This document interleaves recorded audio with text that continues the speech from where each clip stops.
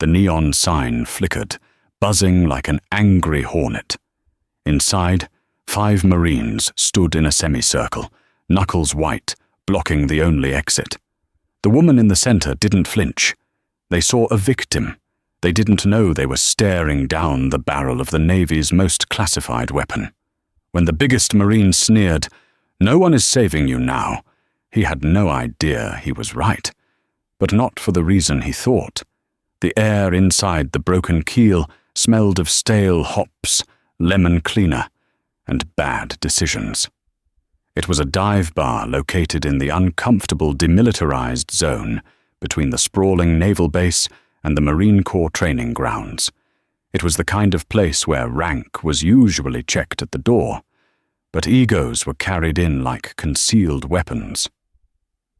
Lieutenant Commander Rachel Vance sat alone at a corner booth, nursing a club soda. She didn't look like much to the untrained eye. She wore a faded grey hoodie, dark jeans, and beat-up running shoes. Her blonde hair was pulled back in a messy, unassuming bun, and her frame, though athletic, was hidden beneath the baggy fabric. She looked like a tired grad student, or maybe a military spouse, waiting for a ride. She wasn't. Rachel was exhausted, but it was the exhaustion of a 3-day field exercise that would have broken Olympic athletes.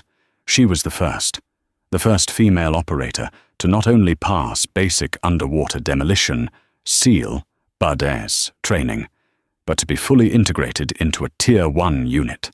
Her trident wasn't just earned, it was forged in a fire of scrutiny that no man had ever had to endure. But tonight, she wasn't Valkyrie.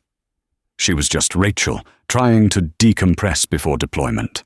The bell above the door jingled aggressively. The atmosphere in the bar shifted instantly. 5 men walked in, high and tight haircuts, aggressive gaits, sleeves rolled up to show fresh ink. Marines, not just any Marines, Force Recon hopefuls. They were loud, already drunk on arrogance, and looking for friction. "Ura!" one of them bellowed, slapping the bar top. This was Private First Class Travis Miller. Young, loud, and possessing a desperate need to prove he was the alpha in the room. Behind him was Sergeant Bull Kowalski. He was a mountain of a man, standing 6'4" with a neck as thick as a tree stump. He scanned the room with predatory boredom. Rachel kept her eyes on her glass. "Don't engage," she told herself. "Just finish the drink and leave." The Marines ordered a round of shots and beers. The bartender, an old Navy vet named Gus, served them with a wary look. He knew the dynamic. When Marines and sailors mixed in the broken keel, furniture usually got broken. "Place smells like squid," Miller announced loudly, turning his back to the bar to survey the room. His eyes landed on the corner booth. On Rachel. He nudged Corporal Dave Sterling. "Check it out. Looks like the Navy left their trash behind." Sterling laughed, a sharp, cruel sound. "Maybe she's lost. Hey, sweetheart, you waiting for your husband to get off the ship?" Rachel didn't move. She turned a page in the paperback book she wasn't really reading. Miller didn't like being ignored. He grabbed his beer and walked over, his boots heavy on the sticky floor. The other 4 followed, forming a loose semicircle around her table. "I said..." Miller leaned in, his breath reeking of cheap whiskey. "Are you waiting for your sailor boy to come save you?" Rachel slowly looked up. Her eyes were a striking, icy blue, cold and devoid of fear. It was a look that had unsettled terrorist cell leaders in interrogation rooms. But Miller was too drunk to read the danger. "I'm not waiting for anyone," Rachel said. Her voice was calm, low, and steady. "I'm just finishing my drink. Enjoy your night, gentlemen." "Gentlemen?" Bull Kowalski stepped forward, pushing Miller slightly aside. He loomed over the table. "She thinks she's polite. I think she's sitting at our table." "There are 10 other tables," Rachel pointed out, gesturing to the empty bar. "Yeah, but we want this one," Bull sneered. He slammed his heavy hand onto the table, rattling her glass. And usually when Marines want something, the Navy gets out of the way. Unless you want to show us some ID that says you matter. Rachel sighed. It was a deep, weary sound. She calculated the kinetic energy required to incapacitate Bull. A strike to the peroneal nerve, a palm heel to the chin. Quick, efficient. But she couldn't. Striking a junior enlisted service member, even in self-defense, would cause a mountain of paperwork and potentially out her cover. "I'm leaving," Rachel said, sliding her book into her pocket. She stood up. She wasn't tall, but she stood with a balance that was unnatural. "Sit down," Miller snapped, grabbing her shoulder. That was the mistake. Before Miller's brain could process the nerve impulse, Rachel's hand was on his wrist. She didn't squeeze. She applied a precise, agonizing torque to the ulnar collateral ligament. Miller yelped, his knees buckling as he was forced down to eye level with her. "Do not touch me," she whispered. She released him.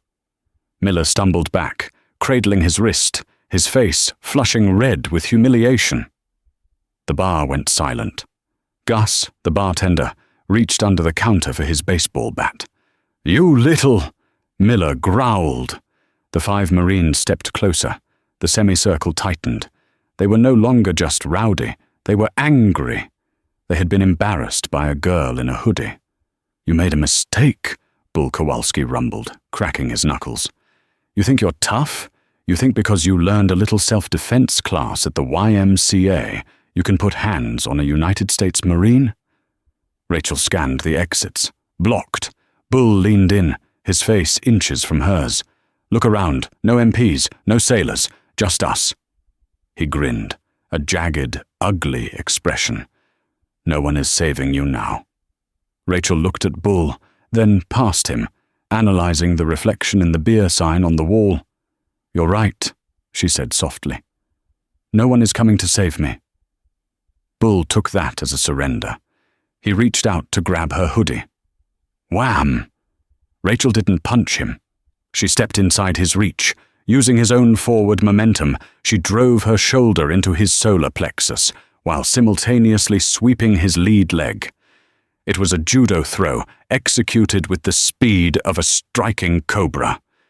The 6'4" giant hit the floorboards with a sound like a car crash. The room shook. Before the other 3 could react, Rachel spun. She wasn't fighting like a brawler. She was fighting like a machine. She checked a kick from Corporal Sterling, redirecting it into the shin of the Marine beside him. "Back off!" she commanded. It wasn't a request. It was the command voice, a tone drilled into officers to override panic and demand obedience. For a second, they hesitated. Seeing their leader gasping for air on the floor and the girl standing untouched in a combat stance confused their predator instincts. "You're dead!" Miller screamed, pulling a switchblade from his boot. Rachel's eyes narrowed. A weapon changed the rules of engagement. Lethal force was now on the table, but before Miller could lunge, the front window of the broken keel exploded. Crash! Glass showered the room. The sound of automatic gunfire ripped through the air, tearing chunks out of the wooden bar. "Get down!" Rachel screamed, diving and tackling Miller, driving him to the floor just as a line of bullets stitched across the wall where his head had been a second ago. The front door was kicked open. 4 men in tactical gear, but not military issue, stormed in. They wore black ski masks and carried modified AR-15s. This wasn't a robbery. This was a hit. A local gang, the Zetas, had been warring with the base security over drug routes, and they had decided to send a message by shooting up the local watering hole. "Nobody move! Everybody dies!" the lead gunman screamed. The Marines, tough as they were in a fistfight, were unarmed and caught completely off guard. They were on the ground, scrambling for cover behind overturned tables. Bull Kowalski was still wheezing, trying to crawl behind a jukebox. The gunman fanned out. They were undisciplined, spraying fire wildly. Rachel lay flat behind the heavy oak bar, pressing Miller's face into the sawdust. "Stay down," she hissed. Miller was hyperventilating. "They have guns! They have guns!" "I know," Rachel said. Her voice had changed. The tiredness was gone. The annoyance was gone. In its place was the cold, hard steel of a SEAL team operator. She did a quick inventory. No sidearm. She had left her Glock in her truck safe. She had a jagged piece of glass near her hand. And the Marines. She looked at Miller. He was terrified.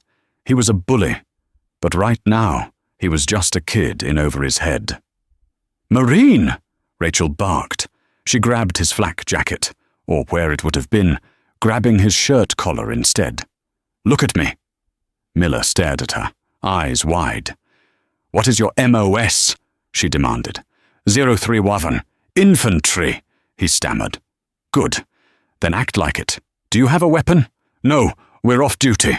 Improvise," she ordered. She pointed to the other Marines huddled behind the pool table, pinned down by suppressive fire from the doorway. "We need to close the distance. They are reloading. I count 4 shooters. 2 near the door, 1 moving left, 1 moving right." Rachel grabbed a heavy glass bottle of whiskey from the lower shelf of the bar. She ripped a strip of cloth from her hoodie sleeve, stuffed it in the neck, and grabbed a lighter from Miller's pocket. "What are you doing?" Miller whispered.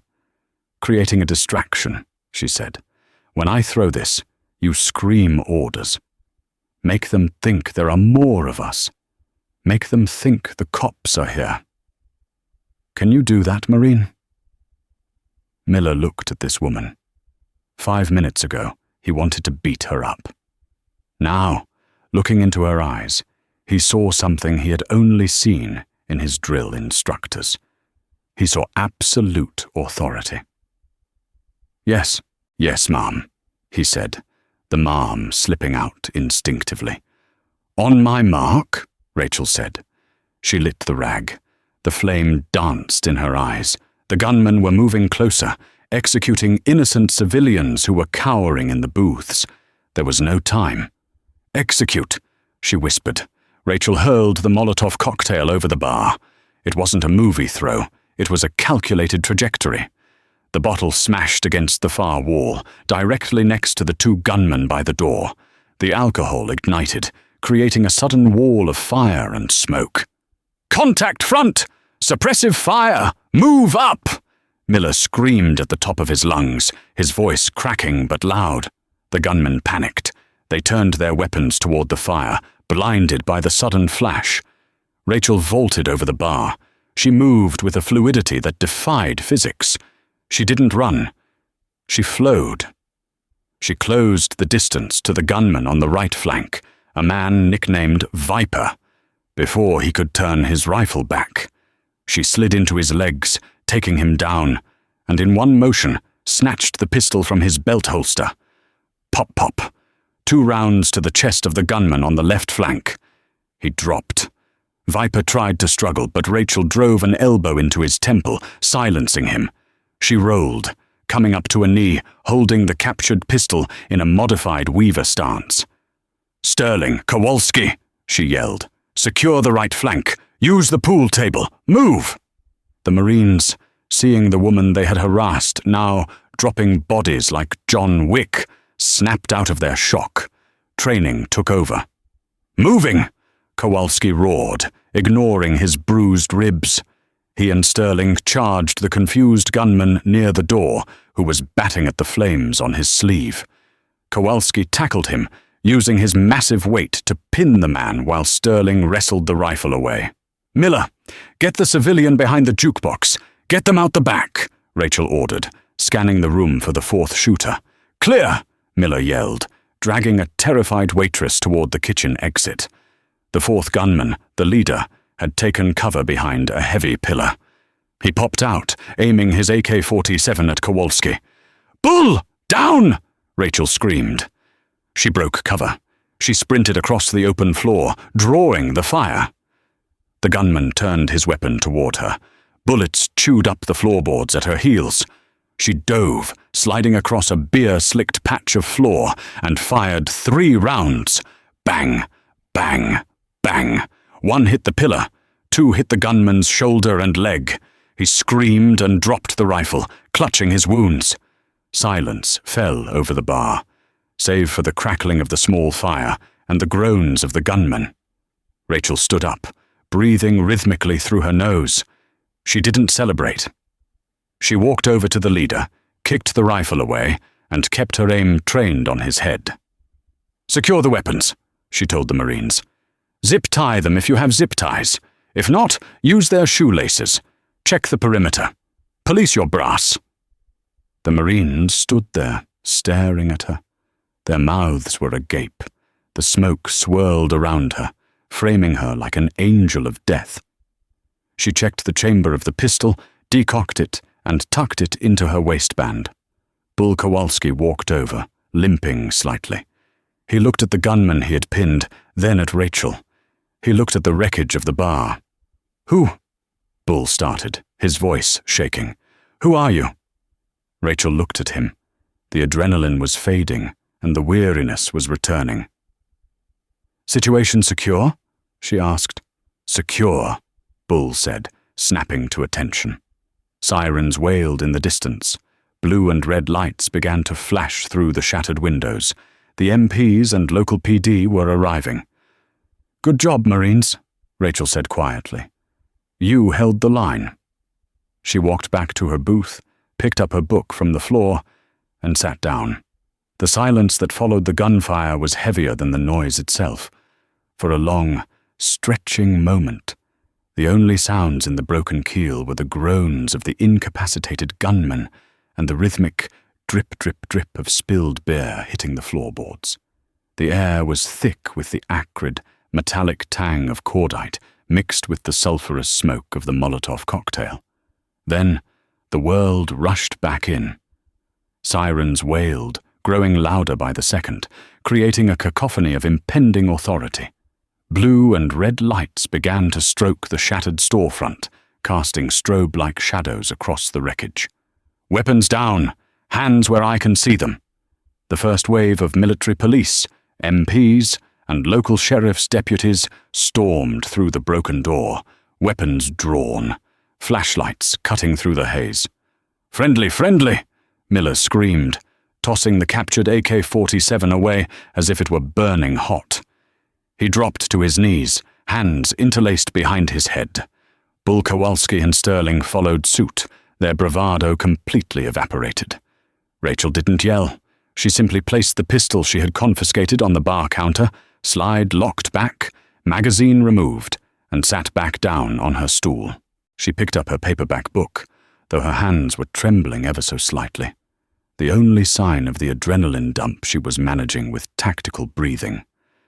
An MP sergeant, a thick-necked man named Henderson, approached the Marines. "Report, who fired shots?" "They did," Miller pointed at the zip-tied gunman groaning on the floor. "And she did." He pointed a shaking finger at the corner booth. Henderson looked at the small woman in the oversized grey hoodie. She looked like a college student who had stumbled into a war zone. He looked back at Miller with blatant skepticism. "The girl? You want me to believe the girl in the running shoes took down a 4-man hit squad?" "I'm telling you, Sarge," Bull Kowalski wheezed, clutching his bruised ribs. She moved like a reaper. She dropped 3 of them before we could even find cover." Henderson shook his head, clearly thinking the Marines were drunk, concussed, or both. He walked over to Rachel, his hand resting cautiously on his holster. "Ma'am," Henderson barked, "stand up and turn around slowly." Rachel didn't flinch. She closed her book, marking the page with a deliberate slowness that bordered on insubordination. "Sergeant," she said, her voice calm but carrying an undercurrent of steel. "Check the perimeter. The Zetas usually run a lookout driver, a black sedan, likely an Impala, probably idling in the alley." Henderson blinked. That was specific intel. "Who are you?" Before she could answer, the atmosphere in the room shifted tectonically. The crowd of MPs and officers near the door suddenly parted like the Red Sea. 2 men walked in. They didn't look like they belonged in a dive bar. The first was a Navy captain, his dress blues immaculate, the ribbons on his chest stacking high enough to tell a history of the last 20 years of war. Beside him walked a Master Chief petty officer. The Master Chief was a block of granite in uniform, his face weathered by salt and sun, and on his chest, gleaming under the harsh police lights, was the coveted gold insignia. The eagle, globe, and anchor wasn't there. It was the anchor, trident, and pistol. The room went instantly, suffocatingly quiet. "Captain on deck!" Henderson shouted, snapping to a rigid attention. Every uniformed man in the room froze. The captain ignored the police. He ignored the blood on the floor. He ignored the trembling Marines. His eyes were locked on the corner booth. "Secure the room," the captain ordered. His voice wasn't loud, but it commanded absolute obedience. "I want this establishment cleared of all non-essential personnel. Now." He walked straight up to Rachel. The Marines watched, mouths agape, expecting her to be handcuffed. They expected a reprimand. Instead, the captain stopped 3 feet from her. He looked at her attire, the dirty hoodie, the jeans, and then at the carnage around her. He let out a sigh that was half exasperation, half relief. "We had a silent alarm trigger on your transponder, Rachel," the captain said. "We thought the extraction went south." Rachel stood up. Her posture changed. The slouch was gone. Her shoulders squared, her chin lifted, and suddenly, despite the height difference, she looked like she was standing on equal ground with the captain. "Negative, sir," she replied. "Local gang activity. Wrong place, wrong time. I had to intervene to preserve life." "Intervene?" The Master Chief stepped forward, looking at the unconscious gunman. He nudged one with his boot. "You call this intervening, Commander. I call this a cleaning service." "Commander." The word hit the Marines like a physical blow. Bull Kowalski's eyes went wide.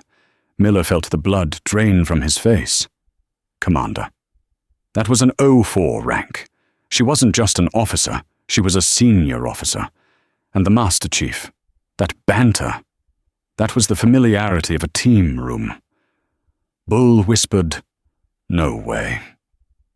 Rachel reached into her back pocket. She pulled out her CAC card and held it up. The light caught the holographic chip, but more importantly, it caught the small gold pin she had pinned to the inside of her hoodie for safekeeping during the transit. She flipped the lapel. The gold trident flashed, the symbol of the Navy SEALs. The realization washed over the 5 Marines in a cold, terrifying wave. They hadn't just harassed a woman. They hadn't just threatened an officer. They had threatened a lieutenant commander in SEAL Team 6, Development Group, a woman who had likely forgotten more about violence than they had ever learned. "We need to go, Valkyrie," the Master Chief said, using her call sign. "Debrief is in 45. The Admiral wants a sitrep on the field exercise." "Understood," Rachel said. She stepped out from the booth. Flanked by the captain and the Master Chief, she began to walk toward the exit. The MPs scrambled to clear a path. As she passed the huddle of Marines, she stopped. They were statues. Terrified, pale statues. They stood at the position of attention, their eyes locked forward, terrified to even breathe. They were waiting for the axe to fall. They were waiting for the court-martial, the brig, the end of their careers. Rachel turned to face them. She looked at Miller. He was shaking. She reached out, her hand moving slowly, and tapped him on the chest, right where she had applied the pressure point earlier. "Breathe, Miller," she said softly. He gasped, inhaling sharply. "Ma'am, yes, ma'am." "You boys have spirit," she said, her voice dropping to a conversational tone that was somehow more intimidating than a scream. You held the line when the shooting started. You protected the civilians. That's what matters. She paused, her icy blue eyes boring into Bull Kowalski. But let this be a lesson, Sergeant. The battlefield doesn't look like a war movie, and the enemy doesn't always look like a soldier. Sometimes the threat is the person reading a book in the corner. Bull swallowed hard. Understood. Mum. Sorry. Mum. Don't be sorry, Rachel said, a ghost of a smile touching her lips. Be better. Work on your situational awareness. You walked into a fatal funnel without scanning the room. If I had been an enemy combatant, you would all be dead before you ordered your first beer. She looked them up and down one last time. Next time you see a lady drinking alone, maybe just buy her around. Don't tell her she needs saving.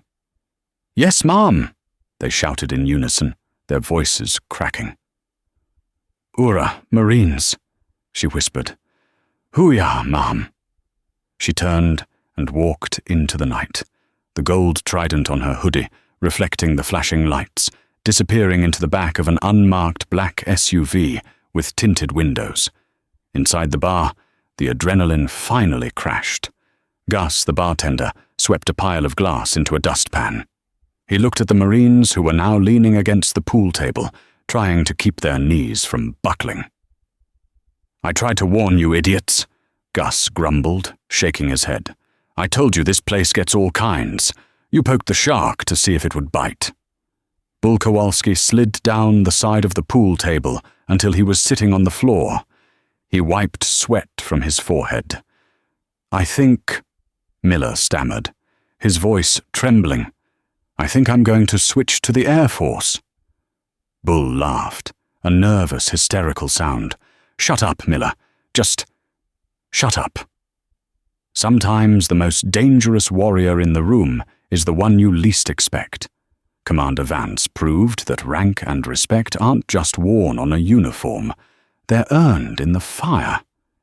If you enjoyed this story of justice and hidden strength, please hit that like button, share this with a friend who loves military drama, and subscribe for more stories of elite operators. Until next time, stay sharp.